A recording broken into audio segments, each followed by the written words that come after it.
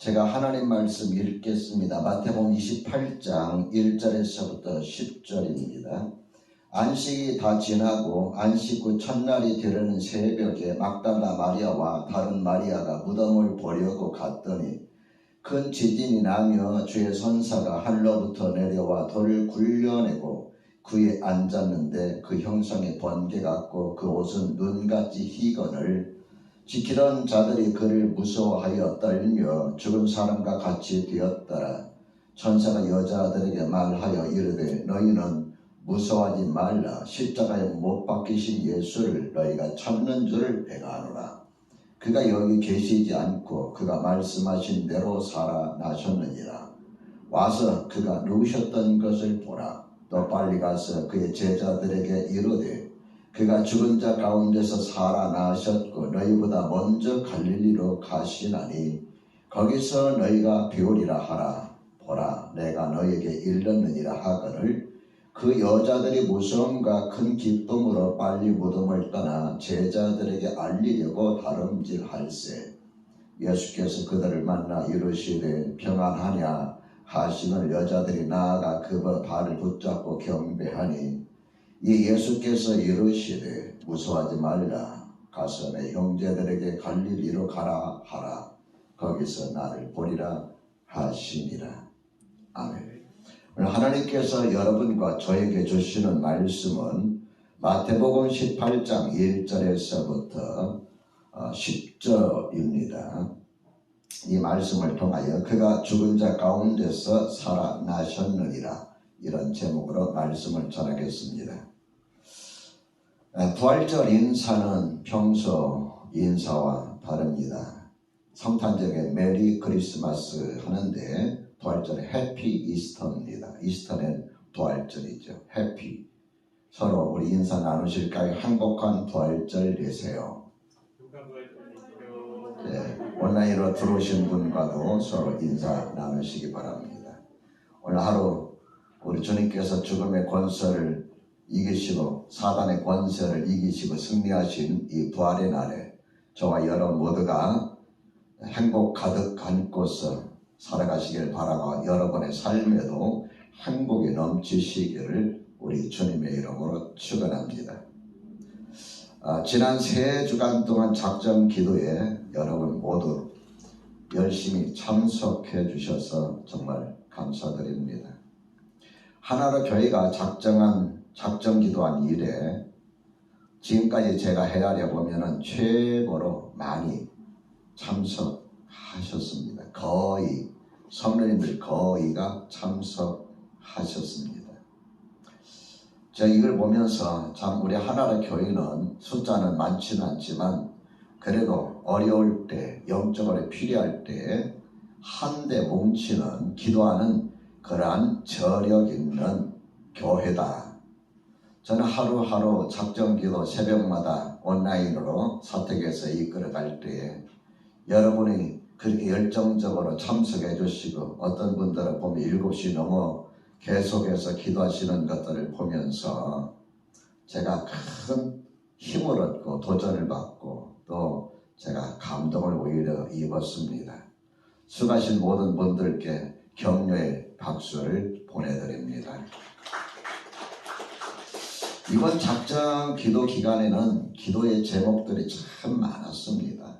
다시 말하면은 제가 목회하면서 이 작정 기도 기간에 이렇게 많은 기도의 제목 처음으로 제가 경험했습니다.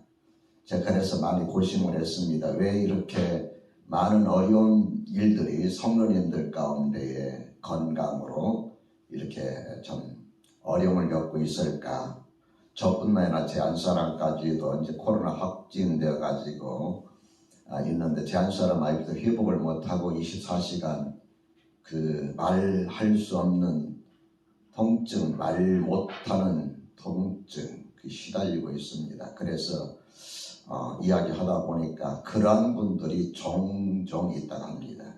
어떤 분은 일주일 만에 끝나는 분이 있고 어떤 분은 3, 4개월 가는 분도 있고 그런데 이게 병원에 가면은 검사 결과가 나옵니다. 정상입니다. 혈액도 혈압도 산소 포화도도 폐도 다 정상인데 본인은 너무 아파서 괴로운 거예요.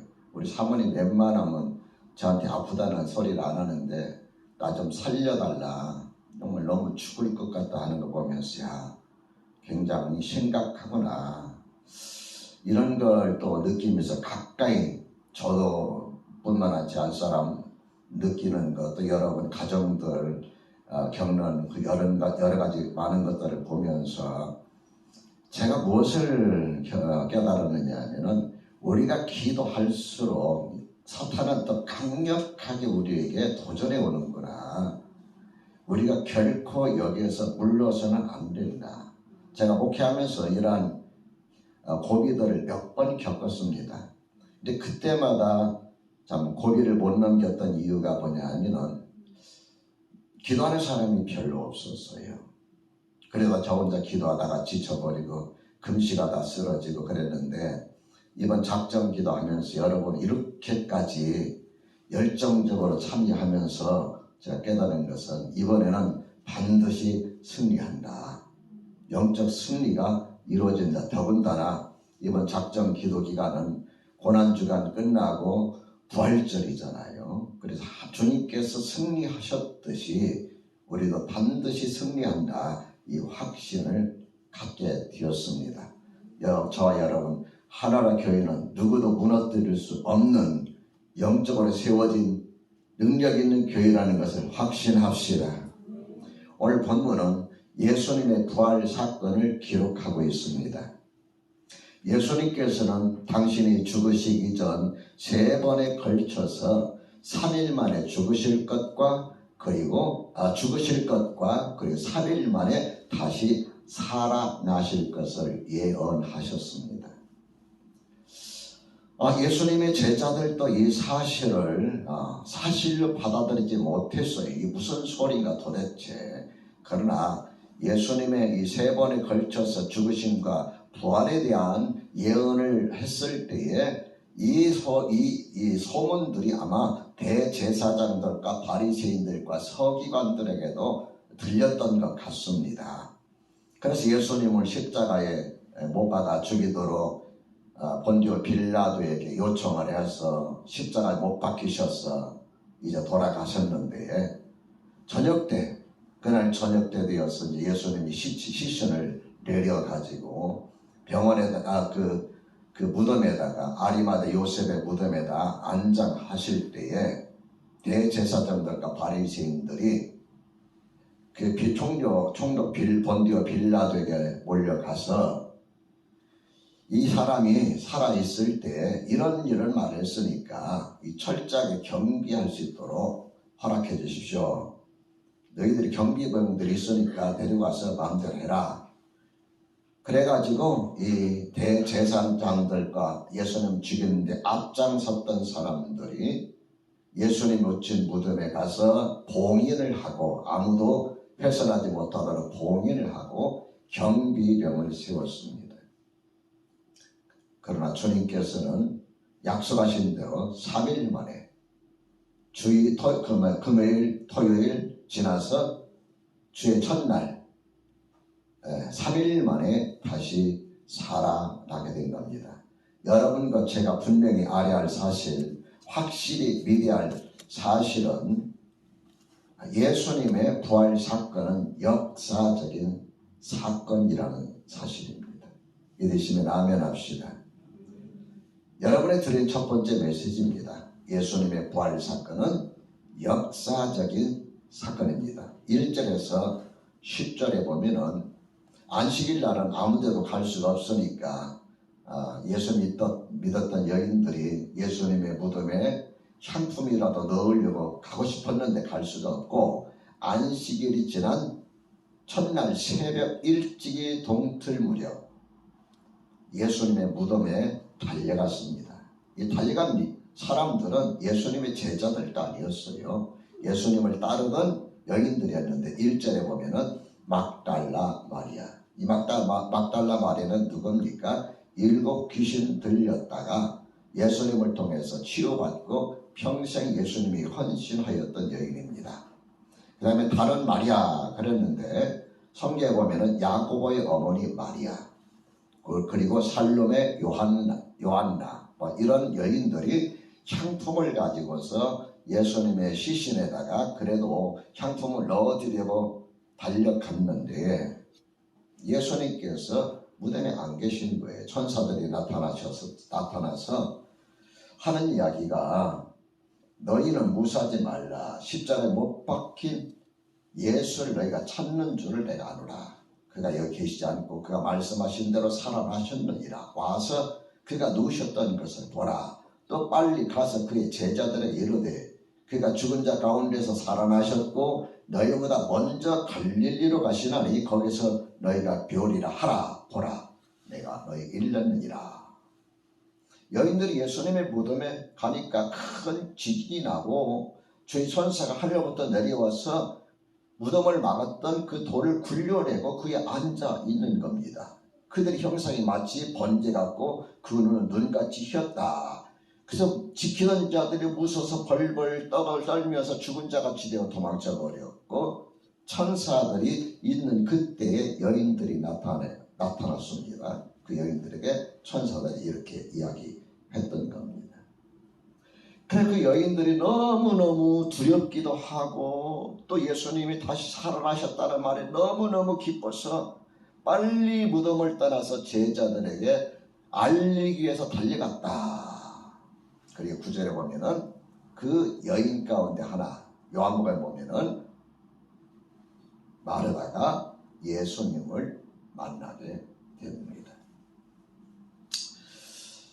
여러분, 예수님의 제자들조차도 예수님의 부활을 까마득하게 몰랐던 이유가 뭘까요? 그들이 예수님의 부활이라는 다시 살아난다는 사실에 기대조차 하지 못했다는 겁니다. 왜 그럴까요?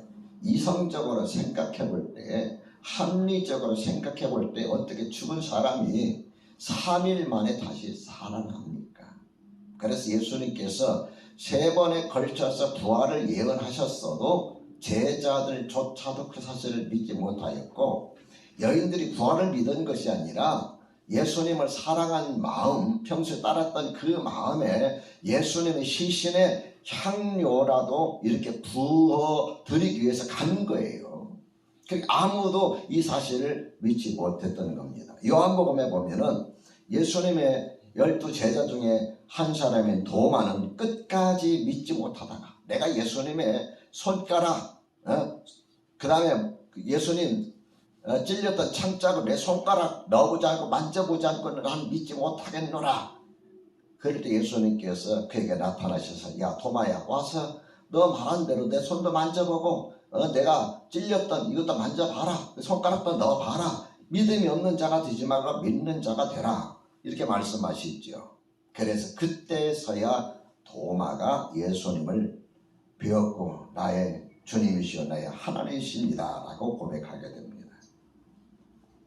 여러분, 예수님의 이 부활을 역사적인 사건으로 받아들이는 것은 믿음 가운데서 가장 중요한 요소입니다. 내용입니다. 이걸 믿지 못하면 예수를 제대로 믿지 못하는 거예요.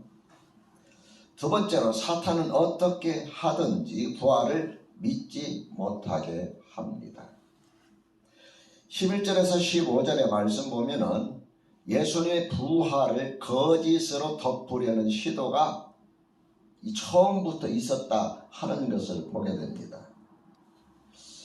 경비병들이 천사가 나타나서 돌문을 옮길 때에 깜짝 놀랐을 거 아닙니까? 천사를 보는 것만 해도 두려운데 돌문까지 옮기고 거기 앉아있는 거 볼 때에 너무너무 놀라서 경비병 중 몇이 성에 들어가서 뛰어 들어가서 대제사장에게 보고를 합니다.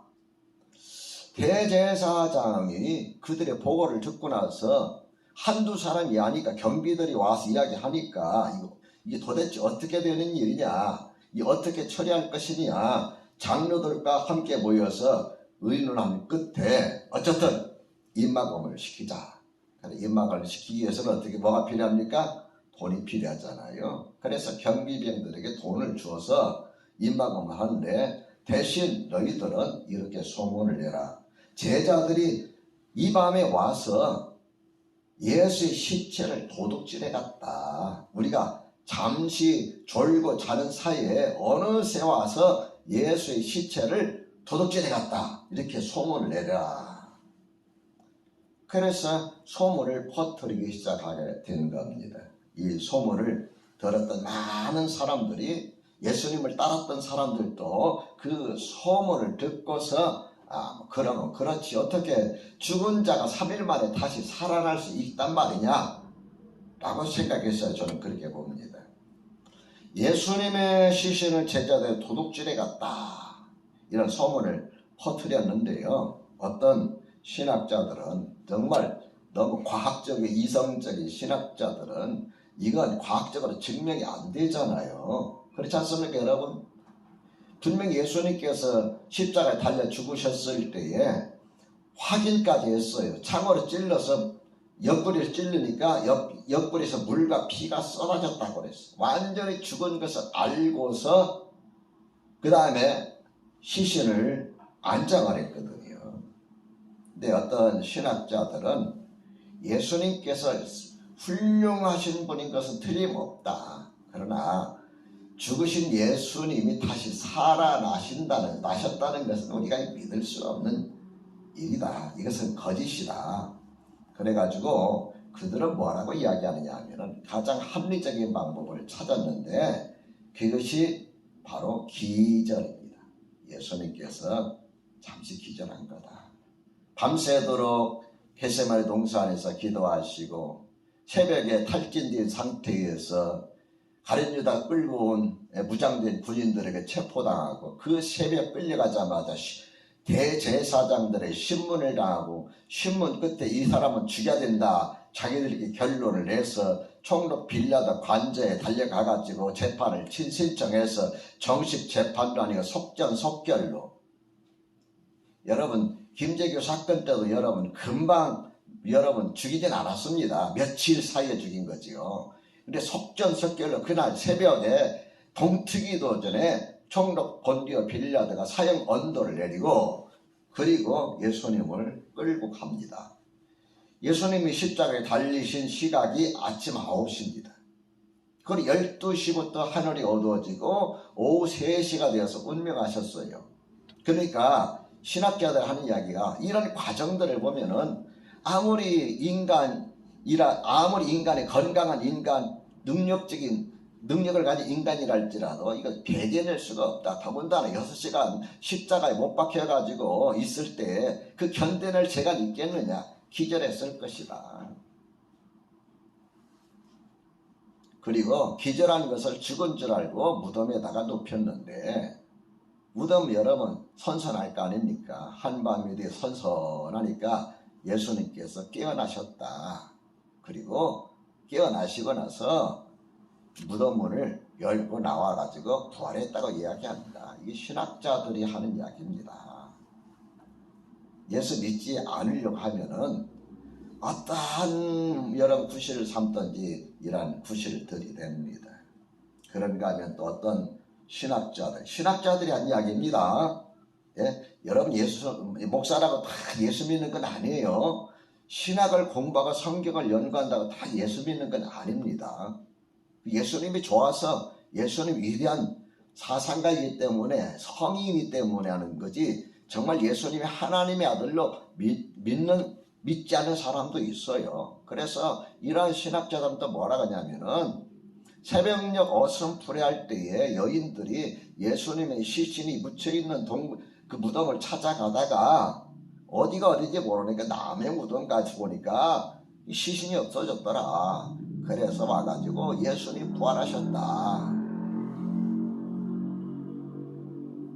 사탄은 어떻게 해서든지 예수님의 부활을 믿지 못하게 합니다. 여러분, 예수님께서 십자가에 못 박혀 달리셨을 때에 기절했을까요? 기절했다면 창으로 찌를 때에 깨어났을 거 아닙니까? 죽은 것을 확인했어요. 그리고 그런 예수님이 한 사람의 힘으로도 옮기지 못하는 그 무덤의 돌문을 어떻게 그분이 기절할 정도의 그분이 그걸 옮기고 또 군인들은 보초를 서던 무장부인들은 어떻게 물리쳤을까요? 이해할 수 없는 이러한 논리로 예수 하나님의 아들이신 것과 부활을 이렇게 거짓으로 몰아가는 사람들이 있습니다. 그것도 안 되니까 여인들이 다른 무덤에 가서 예수님의 시신이 없다라고 한 거다 이렇게 말합니다. 여러분, 거짓은 언젠간 드러납니다. 언젠간 드러나요. 그리고 거짓을 위해서 자기 목숨을 내가는 사람 아무도 없습니다. 예수님의 십자가의 죽으심과 부활은 2000년이 지난 지금에도 여러분 진실로 계속 우리는 믿고 있지 않습니까? 세 번째로, 부활을 믿는 사람은 내일의 희망이 있습니다. 우리의 삶, 육신의 것이 전부가 아닙니다. 이 땅의 삶, 그것이 전부가 아닙니다. 내일에 희망이 없는 사람은 육신의 것이 전부이고 이 땅에 사는 것이 전부예요. 그러니까 어떻게 해서든 이 땅에서 잘 먹고 잘 살고 다른 사람보다 부귀 영화를 누리고 행복하게만 살려고 하는 거지요. 그러나 부활을 믿는 사람에게는 내일의 희망이 있기 때문에 오늘을 살면서도, 오늘 힘들게 살면서도, 투병하면서도, 어렵게 살면서도 영원을 바라보는 그 소망이 그 안에 있습니다. 아니, 여러분과 내가 내일의 희망이 없다면 어떻게 오늘 살아갈 수 있을까요? 오늘 하루 살면서 여러분, 내일은 오늘보다 조금은 좋아질 거야, 이런 기대가 0%도 없다면 내일 살아가는 그런 소망이 없다 오늘 살맛이 납니까? 그래도 내일은 오늘보다 나을 거야. 나을는지 안 나을는지 모르지만 희망이 있기 때문에 살아가는 거 아닙니까? 여러분, 왜 우리가 약을 먹습니까? 이 약을 먹으면 죽을 거야 라고 안 먹습니다.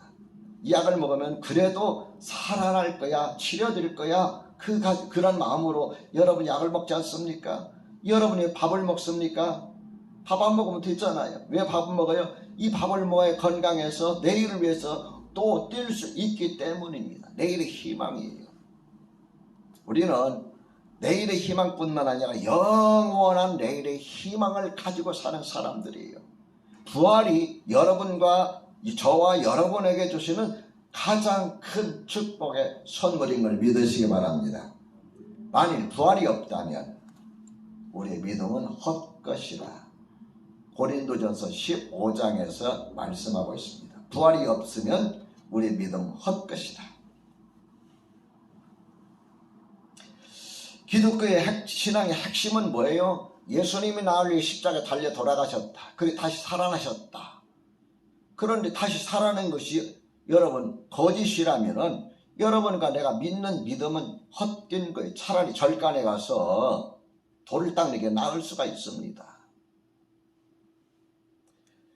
신앙의 핵심이 부활이에요. 이 부활은 예수님의 재림과 연결되어 있고 예수님이 재림하시면 영원한 천국에 여러분과 내가 들어가 산다 하는 이 마지막의 소망과 연관이 되어 있습니다.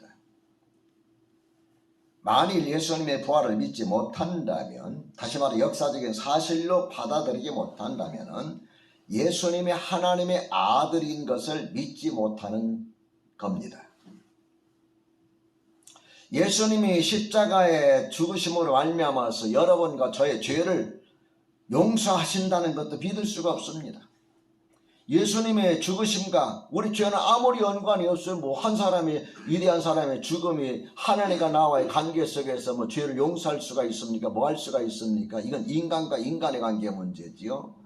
예수님이 하나님의 아들이시고 이 하나님의 아들이 십자가에 달려 여러분과 나의 죄를 위해서 달려 돌아가시고 그리고 3일 만에 다시 살아나셔서 예수 믿는 자도 이와 같이 살아나며 영원한 생명을 얻게 되고 하나님의 나라에 들어가게 된다. 이것이 기독교 신앙의 정수, 가장 중요한 말이잖아요. 믿음이잖아요. 예수님의 부활은 예수님의 하나님의 아들인 사실을 믿는 것이기 때문에 하나님께서는 예수님의 부활을 믿는 자를 구원하시는 겁니다. 그래서 이러한 자에게는 죄 용서함의 은혜를 베푸시고 죄와 사망의 권세에 있던 우리를 풀어내시고 영원한 하나님의 나라의 소망 가운데 살아가게 하시는 거지요. 또한 예수님께서 부활하신 것처럼 우리도 다시 부활하게 됩니다. 이 부활은 여러분 좀 힘들고 어려울지라도 내가 오늘 살아갈 수 있는 희망을 줘요. 가끔 여러분 힘들 때 이런 이야기 하죠. 아휴, 빨리 죽었으면 좋겠다. 빨리 죽었으면 왜 좋아요? 죽음 이후에는 이런 고생이 없을 것이라는 막연한 생각이, 안 믿는 사람들도 그래요. 아이고 빨리 죽어야. 근데 아이고 빨리 죽어야지 해놓고 그 죽음이 지옥으로 간다고 여러분 생각하면은 빨리 죽어야지 아니지요. 제가 알던 어느 목사님이 목회를 하시는데 그 동네 열심히 전도를 했는데 이 사람이 마음의 문을 끝까지 열질 않는 거예요. 막 예배당에다 돌을 던지고 양푼을 갖다가 그 인분을 갖다가 집어 던지고 이 목사님 그 영혼을 구원하려고. 그런데 어느 날 이분이 전도 대상자인데 이분이 여름철 어느 날 마을에 앉아가지고 있다가 그냥 우르릉 빠 하면서 벼락에 떨어졌어. 그 순간 이분이 병을 얻어버렸어요. 놀랬는지 어쩌는지. 그 뒤부터 아무것도 할 수 없는 거예요. 와이프는 먹고 살아다니까 논으로 밭으로 돌아다니면은 이제 나가기 전에 아침에 이제 밥 챙겨놓고 먹을 수는 어느 정도 있으니까 겨우겨우 먹으니까 기저귀 하나 채워놓고 하는 거예요. 이 목사님 너무 안타까운 거예요. 그래서 아침 밥 먹고 와이프 나가면은 그 남자가 와이프 나가면은 둘 안 믿지만은 가가지고 그냥 기저귀 갈아주고 밥도 넣어드리고 그리고 예수 믿으라고. 그러길 얼마나 했는지 몰라요. 끝내 거절하는 것. 그리고 어느 날 위급하다고 해서 쫓아갔는데 그 사람이 마지막 죽는 모습이 너무 소름 끼치더라는 거예요. 안 돼. 나는 갈 수 없어 못 가. 그래서 물었더니 왜 그러냐 그랬더니 어떤 사람이 자기 앞에 검은 옷을 입고 있는 삼지창을 들고 있더라는 거예요. 끌고 간다고. 못 간다고 발버둥치다 그냥 간 거예요. 그러면서 야, 사람이 만일 자기의 죽음 이유를 안다면은 다들 저럴 거다. 그걸 생각을 안 하니까 아이고 빨리 죽어야지. 그렇죠? 또 예수 믿는 사람은 아이고 빨리 죽어야지. 왜 그럴까요? 우리는 영원한 천국이 있기 때문에 이 세상보다는 주님 앞에 가는 게 훨씬 낫다고 생각하기 때문에 그런 소망 가운데서 그렇게 이야기를 하는 겁니다. 그 소망이라는 것이 여러분 우리가 이 땅 살면서 얼마나 힘들고 고달픕니까? 그 소망 때문에 그래도 내일의 소망이 있기 때문에 이겨 나갈 수가 있는 겁니다. 믿으시면 아멘. 부활은 여러분과 나에게 내일에 대한 소망을 줍니다. 그리고 한 가지 더. 예수님이 부활하셨다는 것은 지금도 살아계셔서 여전히 우리와 함께 하신다는 사실이에요. 여러분의 기도를 들으시고 나의 기도를 들으시고 우리의 기도를 들으시고 때로는 내 마음에 위로를 주시고 용기를 주시고 지금도 살아계셔서 여러분과 저와 함께 하신다. 믿으시면 아멘 합시다. 이 부활의 주님과 함께 늘 살아가시는 행복한 삶을 살아가시는 저와 여러분이 되시기를 우리 주님의 이름으로 축원합니다.